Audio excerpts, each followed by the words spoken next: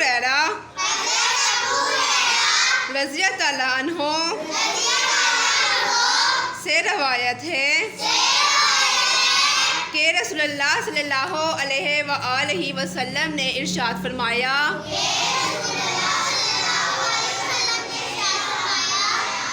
मेरी उम्मत में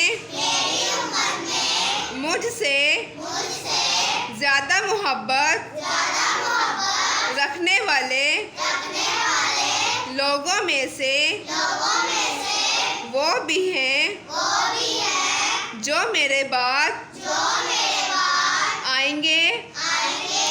उनकी ये आरज़ू होगी कि काश वो अपना घर बार और माल सब कुर्बान करके किसी तरह मुझको देख लेते।